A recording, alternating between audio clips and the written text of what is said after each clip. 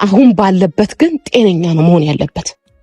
ትዳርም ልጅም ሚስትም ምንም ጓደኛም ዘመድም የሚባለው ጤነኛ ሲኮን ነው። ጤነኛ ካልሆነ ሰው ምንም ነገር የለም። መኪና ሰው እየነዳለት የሆነ ነገር ሰው ያንቀ እንደ ጉዑዝ እየተጓዘ እኔ ልፈልገው አልችልም። ወንድ ልጅ እኔ ልፈልገው አልችልም። ገባችሁ? እሷ የዓላማ መሳካት ወይ ደግሞ የበቀሏ ተጠቂ እንደሆነ የምታውቁበት መንገድ ነው እንጂ ጤነኛ ቢሆን እንዲወጣም ትፈቅድለታለች። ሲጀመር የሆነ የምትፈራው ነገር ከሌላት እንዲወጣ ትፈቅድለታለች። ሲጀመር እሱ ደግሞ የሆነ ነገር አልሆነም የምትሉኝ ከመጀመሩ ነው። የሩታን ፈቃድ አልሰማም የሚል ልጅ እኮ ነው። እናንተ ራሱ ላመነበት ነገር ጥግ ድረስ የሚሄድ ልጅ እኮ ነው። ምን ብትሉት ለማስረዳት እናንተ ለማሳመን ይሞክራል እንጂ እንደዚህ አይደለም። አብርሽ በጭራሽ እንደዚህ አይደለም። እሞኖ ነገር ጠፋኝ ትላንትና። ምን ልበል? የሆነ ነገር ሳወራ ምን ሆነሽ ነው እንዲምታወሪው ይለኛል። እሺ እንዲህ ስል ደግሞ ለምንድን ነው እንዲሆኑት ይላል።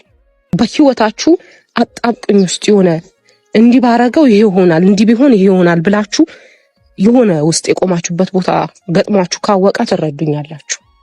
እኔ ይሁን ያለሁት እንደዛ ነው። ይሄ የፖሊስ ጉዳይ አይደለም። ልጁ አሁን ፖሊስ ሄደ ይዘን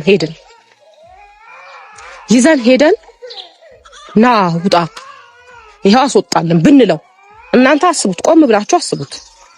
የቤት ስራውን ለእናንተ ትቻለሁ። የህግ አቃላቶችን ይዘን ሄደን ና እንውጣ ብንለው ምን የሚፈጠር ይመስላችኋል? ስታስቡ ዝም ብላችሁ ለምንድን ነው የሚሄደው? ሩታን ወዳታለሁ፣ ሚስቴ ናት። ፈትቻት ነበር የሞሉትን ስለሆነ የሚሆነው ፈትቻት ነበረ። አሁን ደግሞ በጣም ነው የምወዳት፣ ከልጄ ጋር መመለስ እፈልጋለሁ። አሁን ያለው ጥሩ ሁኔታ ነው፣ እየተንከባከቡኝ ነው፣ እንደዚህ እየሆነ ነው፣ ምንም የተፈጠረ ነገር የለም፣ ላይፌን እየኖርኩ ነው ቢላቸው ማን ተቀባይነት የሚኖረው ይመስላችኋል? እሷ ሄርሜላን ሆነ ዙሪያዋ ላይ እሷ ላይ የተነሳባትን ሰው ማሸነፍ ነው የምትፈልገው እንጂ ልጁ በየትኛው መልኩ ይሁን ይጥቀማት አይጥቀማት አብሯት ይሁን አይሁን ግድ ቡዜ ዛሬም የቀለጠው መንደር ድብልቅልቅ አርጋው መታለች። ዛሬ ቡዜ ለምን ለብቻዋ መጣይ ብላችሁ እንዳትጠይቁኝ፣ ምክንያቱም አዲስ ነገር ስላለ በአዲሱ ነገር ማታ ጠብቁኝ ነው ልንገራችሁ ማለት ነው። ቡዜ እውነት የወንድምሽ መከታ እንደሆንሽ አምናለሁኝ። ቡዜ ወንድምሽ ብዙ ነገር እንደተደረገበትም እኛም እያየን አይተንም እየመሰከርን ነው። ምክንያቱም ቡዜ አንቺ ስታወሪው እሱ የሚያወራው ልክ እንደ በሪሞት እንደተደረገ በሩታ አንደበት እሷን እያየ እሷ እንደዚህ ብላኛለች፣ እሷ እንደዚህ ነው እያለ እንደሆነ ነው እንግዲህ ቡዜም እየተናገረች ያለችው ማለት ነው። ቡዜ ለምን መልስ አሰጥም? ቡዜ ከዚህ በላይ ምን አይነት መልስ ነው የምትሰጠው? ቡዜ እንግዲህ የተለያዩ የጸበል ቦታዎችና እንግዲህ ጋሽዬም ጋር የተለያዩ እንትኖችን ለማድረግ እንግዲህ ተፍጠብ እርግፍ እያለች የእህትነት ጥጓን እያሳየች ነው። ያወሮ በላው ግን ምን እንደበላው ባናቅም ይሄው ዛሬም ጥፍት ብሏል። አቶ ዲቪ ተብየው ምን ሆኖ እንደጠፋ ምክንያቱም ይችን ሴራ እሱም አለበት ማለት ነው። ዜድዬ ስለ ዲቪ አንዳንድ ነገር ንገሪን የምትሉ ምንሱ ዲቪ አይ ዲቭ ከምትባል ምን አለ ደደቢት ተብለ ቢሆን ይሻል ነበረ። ምክንያቱም ታላቅ ወንድም መከታ ነው፣ ታላቅ ወንድም አባት ነው ሲባል እንሰማ ነበረ። አንተ ግን ወንድምህ እንደዚህ ሆኖ በማየትህ አንተ ከሚዲያው ጠፋህ እንጂ ምንም አይነት መፍትሄ አላመጣህለትም። ስለዚህ ቡዜ የተናገረችው ነገር በሙሉ ትክክል ነው ማለት ነው። ቡዜ እኔ ላንቺ ቃላት አጥሮኛል። ይሄ ልጅ ባይደረግበት ኖሮ ቢሆን እንደዚህ አይዋዥቅም ነበረ። በዛ ላይ ሩታ እንደዚህ ያዙ ይልቀቁኝ አትንተባተብም ነበረ።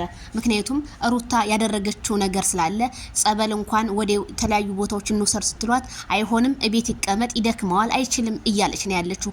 መኪናውን እንኳን የሚያንቀሳቅሰው ኤፍሬም እንጂ እሱ መኪና እንኳን መንዳት አይችልም። ስለዚህ ይሄ ልጅ እቤት ውስጥ ሽባ ተደርጎ እንዲቀመጥ ነው ያደረጉት። እንዴት እንደሆነ ባላቅም ሩታ ግን እኔ እውነት ያ የሚወድሽ ህዝብ በዚህ ልክ አንቺ እንድትጠይ ለምን እንደሆንሽ ግን ግራ ገብቶኛል። እኔም ዛሬም ነገም ትስተካከያለሽ ብዬ የባሰብሽ ነው የመጣሽው። ኮሜንታተር አሁንም ፍትህ ለማይክል ጃክሰን ማለታቸውን አላቆሙም። ስለዚህ ኮሜንታቸው እኔን እመኑኝ ፍሬ እንደሚያፈራ ዛሬና ነገ ባለሙሉ ተስፋ ነኝ ብዬ ነው የምገምተው። ምክንያቱም አብርሃም ታደሰ ካለበት ውጥንቅጥ ውስጥ መውጣት አለበት። ቡዜ ሲጀመር የኔ ጀግና የኔ ቆንጆ ማንም ሰው ቢጮህ አንቺ ዝም በያቸው ምንም አልተደረገበትም ቢሉሽ እነዚህ የእሷ ደጋፊዎች ስለሆኑ ብዙም አታክት አታድርጋቸው ስል እኔም ከዚሁ ዜናዬን አሳስባለሁ። ላይክ፣ ሸር፣ ሰብስክራይብ በማድረግ በላይቭ ሰዓታችን እንገናኝ።